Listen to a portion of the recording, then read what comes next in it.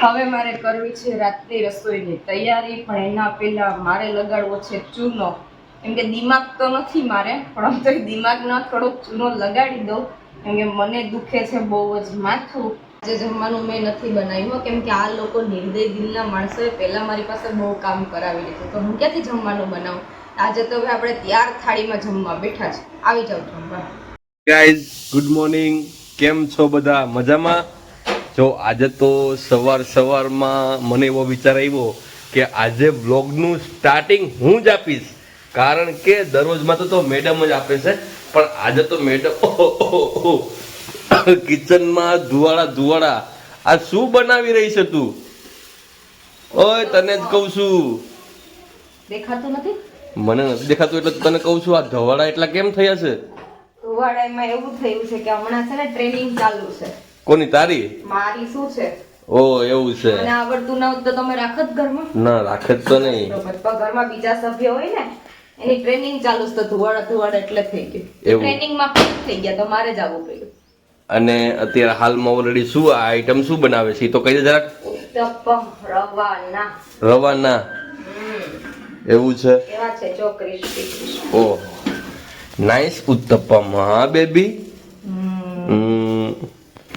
તો ફ્રેન્ડ્સ ચલો, આજે તો ભાઈ જોબ ઉપર જવાનું બહુ દૂર છે, અને ભાઈ આજે દૂર જવાનું છે એટલે સમથિંગ કેટલા વાગે હું આવીશ બેબી? 8 વાગે, 9 વાગે કે 12 વાગે?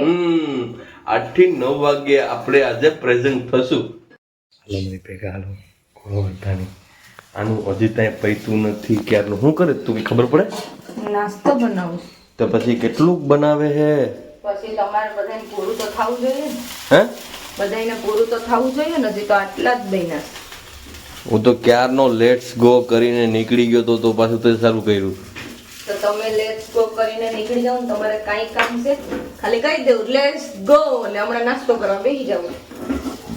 આ બેબી દેખાય જો તો. બેબી તો હવે દેખાય ને. 6 મહિના થઈ જશે હમણાં. કેટલા થઈ જશે? એટલે 5 પૂરા થશે, છઠ્ઠો બેસી જશે. છઠ્ઠો બેસી જશે તો બેબી ના ધાર વાગે. જો ધાર વાગે. આપણું કિચન થોડુંક નીચું છે એટલે વાંધો તો આમ થોડીક દૂર તો. ઈ નવાબજાદા નાસ્તો કરીને જતા રહ્યા છે જોબ ઉપર, અને મારી માથે પાટા જો કેવા છે. અત્યારે મારાથી બેસાતું નથી ને આટલા વાસણ ઘસવા પડે છે. આવી રીતના હોય કોઈ માથે ત્રાસ?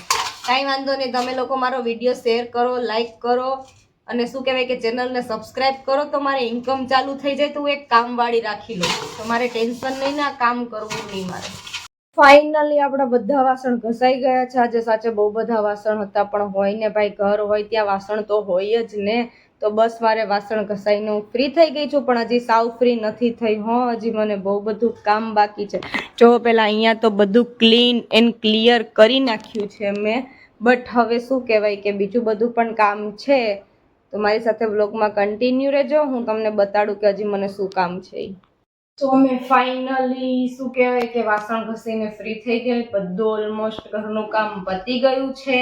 અને હવે જોવો આ રાતે છે ને શું કહે કોઠીમડા, અહીંયા તો કોઠીમડા કે તમારે ત્યાં શું કે મને કમેન્ટ કરજો. તો કોઠીમડાની કાચરી બનાવી હતી, જેને મેં આખી રાત મીઠામાં પલાળી હતી. હવે અત્યારે એને સૂકવી દઈએ. તો જોવો અત્યારે હું આવી ગઈ છું બહાર, એટલે કે ફળિયામાં, કેમ કે આટલી બધી કાચરી છે તો એને સૂકવવી તો પડશે જ. જો કેટલી બધી કાચરી છે. હવે આ લગભગ એમ કહો ને કે 2-3 દિવસ સુધી સુકાતા થશે, પણ કાંઈ વાંધો નહીં. હમણાં આપણે ફટાફટ સૂકવી દઈએ. તમારે પણ ખાવી હોય તો કાચરી આવી જાજો, અને તમારે ત્યાં આવી કાચરી બને છે કે નહીં મને કમેન્ટ કરજો. ફાઇનલી આપણું બધું કામ ફિનિશ થઈ ગયું છે, અને બહાર તડકો બહુ જ વધી ગયો હતો, એટલા માટે આવીને પહેલા પાણી પીધું, અને હવે બેસી ગઈ છું મમરાનો નાસ્તો કરવા માટે.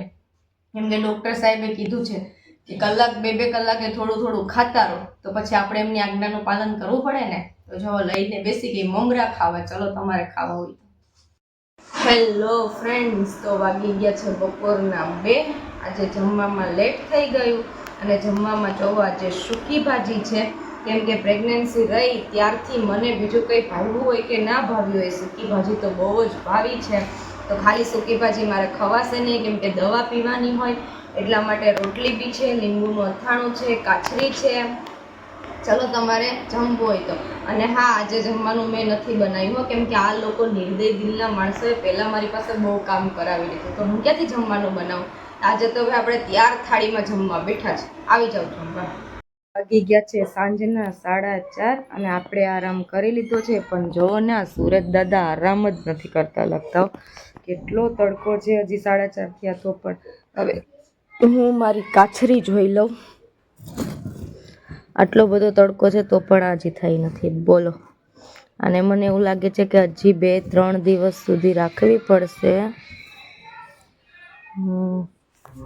તો કંઈ વાંધો નહીં, ચાલો હવે આપણે મોઢું ધોઈને ફ્રેશ થઈ જઈએ. આપણે ઉઠીને મોઢું ધોઈને ફ્રેશ થઈને ઘરનું બીજું ઓલમોસ્ટ કામ પતાવી નાખ્યું. તમે જોવો છો કે અહીંયા સાડી છે, વા સાડી છે, કેટલી બધી સાડીઓ છે, કેમ કે આપણે ભાઈ મોટા પાયે સાડીનો બિઝનેસ કરીએ છીએ. તમારે જોતી હોય તો આવીને લઈ જાજો. તો હવે એ ભરવી પડશે ને. આ ઊભી ખાલી વિડીયો જ શું ઉતારશે, આમ બાસ્કું પકડવા લાગી, દાંત કાઢે પછી. સાચી વાત છે ને ફ્રેન્ડ્સ, ઊભી ખાલી દાંત કાઢે છે, બાસ્કું પકડવા નથી લાગતી. એકલા કઈ સાડીઓ ભરાય. હવે મારે કરવી છે રાતની રસોઈની તૈયારી, પણ એના પહેલા મારે લગાડવો છે ચૂનો. કેમ કે દિમાગ તો નથી મારે, પણ તો દિમાગનો થોડોક ચૂનો લગાડી દઉં. કેમ કે મને દુખે છે બહુ જ માથું. તો હું જ્યારે મને માથું દુખે ને ત્યારે જો આવી રીતના દિમાગ ઉપર ચૂનો લગાડું ને એટલે મારું માથું ઉતરી જાય. અમને કીધું એમ દિમાગ તો નથી, પણ હવે લગાડીએ તો માથું ઉતરી જાય.